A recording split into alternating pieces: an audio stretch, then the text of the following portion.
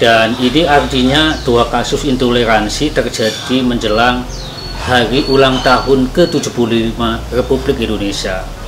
Satu problem bahwa sebagai bangsa paling majemuk di dunia, Indonesia masih menghadapi intoleransi. Dan ini tugas dari semua masyarakat, elit agama, elit intelektual, elit politik untuk membuat konten-konten moderasi dan literasi tentang hidup damai dalam keberagaman. Assalamualaikum warahmatullahi wabarakatuh. Dalam sepekan, kepolisian Indonesia sudah berhasil menangkap dua kasus intoleransi di Indonesia, terutama satu di Bandung dan satu di Solo. Yang di Bandung adalah melalui penistaan agama yang dilakukan oleh Apolinarus Darmawan dengan tweet-tweetnya sejak 2016. Sedangkan kasus kedua adalah kasus penyerangan terhadap pelaksanaan Midodareni di Pasar Kliwon, yakni menyerang keluarga Habib Al-Jufri. Dua kasus ini menarik karena terjadi pada tanggal 8 Agustus dan polisi sudah melakukan penangkapan, dan ini artinya dua kasus intoleransi terjadi menjelang hari ulang tahun ke-75 Republik Indonesia.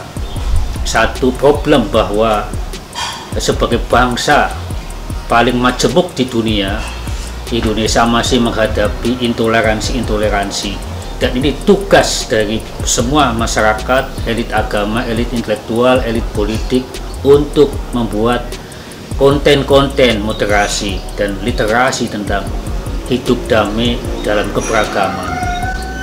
Satu hal yang perlu dicatat adalah bahwa kasus-kasus ini terjadi begitu terbuka, ya, yang merupakan konflik sektarian. Tetapi intinya adalah bahwa literasi terhadap ajaran-ajaran agama tidak sepenuhnya dipahami oleh para pemeluknya. Padahal agama pada dasarnya adalah membawa kepada kebahagiaan dan menghindarkan penderitaan. Jika agama mendatangkan penderitaan bagi pemeluknya dan bagi masyarakat yang berbeda, maka agama ini patut dipertanyakan pemahamannya, yakni pemeluknya. Inilah tugas dari kita semua, bahwa intoleransi pada dasarnya harus dihapuskan di muka bumi Indonesia. Dan inilah lembaga-lembaga pendidikan, para lembaga-lembaga agama harus memberikan literasi terus-menerus.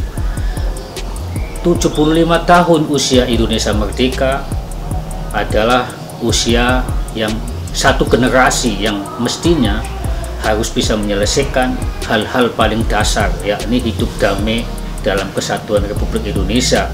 Dan agama tumbuh dengan toleransi, agama tumbuh dengan keterbukaan tanpa bersinggungan secara konflik. Konflik-konflik tidak boleh terjadi terbuka, tetapi ada mekanisme yang sudah baku, yakni menyelesaikan melalui dialog.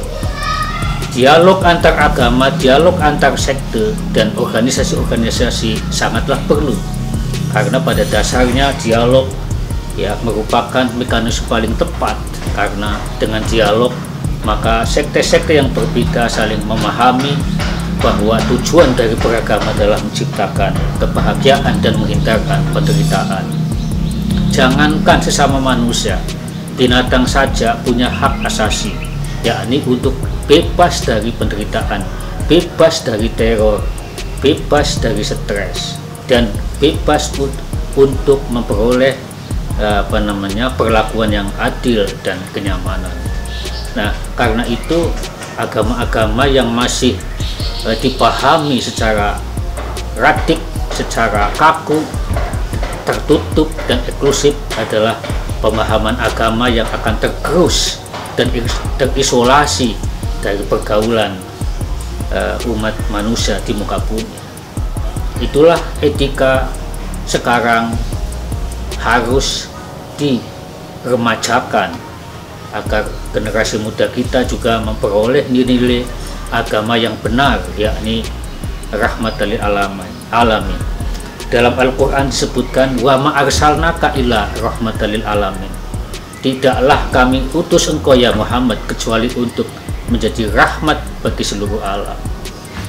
Nah, jika demikian, maka membuat kegaduhan, membuat masyarakat lain yang berbeda itu menderita, terusik, tidak nyaman, kemudian saling mengganggu, bukanlah ajaran agama.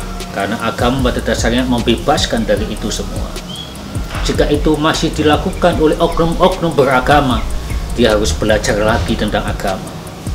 Jadi konsep wa ma arsalnaka illa rahmatan lil alamin harus menjadi teologi rahmatan lil alamin, teologi belas kasih terhadap sesamanya, terhadap makhluk hidup maupun non biotik, biotik dan abiotik. Kenapa? Karena lingkungan yang membentuk kita pada dasarnya harus memiliki sinergitas. Jika satu terganggu, maka dia akan mengganggu yang lainnya, karena kita berada dalam satu ekosistem. Maka teologi rahmatan lil alamin adalah pilihan masa depan yang harus diajarkan kepada semua. Ini adalah hukum Allah Subhanahu wa taala. Bahkan Allah mengatakan tidak ada paksakan ya di dalam agama, karena agama adalah pilihan-pilihan dan manusia punya hak untuk memilihnya dan punya kewajiban untuk memelihara hubungan-hubungan sosial, hubungan-hubungan antar agama yang lebih baik dan lebih toleran dan lebih damai. Jadi nilai agama inilah agama yang akan diikuti dan tumbuh di masa depan. Agama-agama yang radikal, yang tidak toleran akan terkubur dalam pergaulan nasional dan pergaulan dunia. Anak-anak remaja sekarang ini sudah bisa melihat mana yang baik, mana yang buruk, mana yang meresahkan, mana yang tidak meresahkan. Karena itu penampilan kita, perilaku kita, akhlak kita adalah cermin dari cara beragama kita.